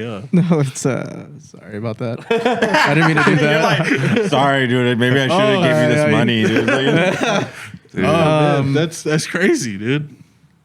Yeah. Oh my god. That's crazy news. Dude, thank you. I appreciate that, dude. That's I don't even got words. Dude, look at we believe, dude. MADHouse, dude, we firmly believe in what you guys are trying to build. And, you know, obviously we want to make this the biggest tournament in Reading's history, dude. Not only in like, you know, in terms of like the number of attendees, dude, but even like the size of the pot bonuses and everything like that. So it's like anything we can do to make this partnership as long and, you know, as fruitful as we can, we're going to do it, dude. And we're going to put the full weight of MADHouse behind it, dude. So that's how much we believe in you, dude. You joked about like not that long ago, you're like, Dakota, as time goes on, we appreciate you guys more and more. I'm like, I don't think you realize how much we appreciate you guys, like for real. Like, and we hope that this amount of money is a small way of showing that, right? Oh, I gotta give you a hug. Yeah. It's this guy, dude. Yeah. Amazing. The homies. Oh yeah, that's awesome. Wow, the dream. I hope you know you just set a record, dude. Atlanta crying 3 times in one podcast, dude. Yeah. Moose. I'm trying to hold it back right now. Like, I hate you. Moose. Dude, were you gonna say something? No, please. Oh, okay. Yeah, I would just yeah, I don't know. I'm just thinking about it's silly, but like the pot bonuses we promise are like because we want to bring the right energy and to the event and everything, and it's like a thing we want to make the promise with something big and something to look forward to, but and we're so down for it, but it's like an everyday like stressor. Like it almost crosses my mind every day. Like I'll even get caught, like I'll get called out at work. Like, what do you do? Like, cause sometimes I'll just be fucking standing there. And then my coworkers will be like, what are you doing? And I'll be like, oh, my bad. And like it's like an everyday thing. I don't even know what to say. And yeah, it is one of those things where it's like, there's not even really a game plan. We've mentioned this a few times where it's like, whatever, like we don't really have a path, to it, but we're going to make it happen, dude. We'll let if it's not their day of, like, fuck it, we'll get evicted. Like, you know, like whatever. Yeah. So that's, I don't know. I don't even know. I don't know how to express. Yeah, I don't know. Wow, what a surprise. Damn. Atlanta knew when to hit the heartstring right there. Yeah. He's on, now's my moment. Push the button. I didn't know we were going to do it on the podcast, so it was cool. That's cool. That is cool. I didn't know when to actually say it, so I was like, I felt like it was I time. thought Atlanta was going to wait later till we're all oiled up and stuff, dude. Yeah. What? Get in the hot tub? The dreaded hot tub here, dude. I mean, I want to. I think it was a week ago where I was just in a call with Matt, and I was like, "Hey, Matt, can we like talk about this real quick? Like, we need to get this ball rolling. Like, let's get those sponsorship packets. Like, I want to start going like door to door like now. Like I want to get this shit figured out, dude. It's coming. I think that was only like dead ass like a week ago. Yeah. Yeah. Yeah. And Moose is right there with me. Like I said, dude, us last year going door to door, doing everything we could to make it work, you know, and it's all pitching in to make last year happen, you know, and right off the bat, dude, thank you again, thank you. Like speaking not only for me but everybody a part of this community, and you know, the part of our organizing crew and volunteers, everybody, man. I know that all those guys, everybody's gonna be fucking stoked to hear that. And then yeah, man, for me and Moose, like again, I also don't have words, man, other than I appreciate you. I appreciate that. Yeah, I don't even That's a want to say crazy thank you. surprise. Like, it doesn't feel like enough. Like, that feels like that would be like, not that I don't, like, that would be like, I don't know. It's not enough. You know, I think I always say that like actions are bigger than words, and you guys don't really have to say thank you. We know you're going to show us your thanks and everything by just in May, you know, and for NorCal Knockout and everything, you guys do enough with that. You show your thanks by going to San Francisco, all those drives, you know, everything. The video you edited for us and surprised us with at NorCal Knockout last year, right? Like, and we were like, wow, this is so. Your guys' actions speak a lot louder than words, and it's way better. You know, it's amazing. So thank you guys for that too. Yeah. Oh, Jesus Christ. Man. Well, hey, this was an amazing podcast. Great emotions all over the place, laughing, crying, all that stuff. It was beautiful, and yeah, thanks Atlanta for ending it on a great note rather than just the somber. You know, I did miss like one question, which was like what was like being in theater like? What the fuck? Oh Shit, dude. Oh, Should we just end it with a mystery like that? Just We're back in. Yeah, no, I'm a theater kid. Also, that's crazy. Put out of me like that. sorry. Yeah, no. Throughout high school, I was a theater kid. That's crazy. Of course, bro. You talked to my parents. Shared this with you guys. We talked to some people. Or was that my sister? That sounds like a thing with my sister.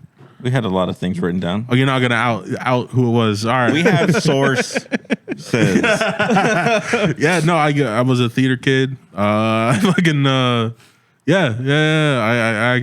actually loved it. Yeah, it was one of those things too. It was one of those things where I was again, I was an athlete, right? I was on a football team and all this shit. I was kind of like a jock, and going into the drama class and being a theater kid. That was kind of my way of being like, yo, fuck that. I'm not gonna be in a box, you know, socially at high school or whatever, you know. Is like I was like I had friends that ragged on me, and I was like, oh, fuck you, dude. Fucking like fuck you. Yo, come to this play and see what's up, you know. It was one of those things I really did enjoy. Actually, yeah, I really love plays, and I really love dramas. I love movies, and including live performances. You know, we live close to Ashland, and that was a huge experience for me to go up there. And you know, if they have the Shakespeare Festival up there. Oh, it's like this big ass venue, amazing. And going to that was actually pretty inspiring, and yeah, that was something I did all throughout high school till my senior year. I was in like every play, and part of that. if you don't mind me asking, what was your favorite play to be a part of? Oh, bro, you know, I don't even remember the names. I would share a photo, but actually, I think I'm not gonna hold off on that because I got like I look hella goofy in the photo. Yeah, I had way too much makeup on. It was like I remember our director was kind of like old school, and she was insistent that we wore makeup and all this. I don't remember the names though. I don't remember the name. I remember there was like some pirate play we did or something, and I really fucked with. I don't know. I appreciate it. Dude, One Piece, Raiders. You were a pirate. I'm sensing a theme. Yeah, here, dude. there's something going on. It was destiny to watch One Piece. Yeah. Man. Autumn Wind, something like that. Hells yeah. Well, damn, Matt, Joey, thank you so much for everything, man, and looking forward to keep working with everything and just building this, to take over. So yeah, that was it, guys. What's your favorite phrase? Stay mad. Stay mad. Stay mad. Up here, the top one. Wherever, just point at something. Yeah. All right, That was a stuff. good one, guys.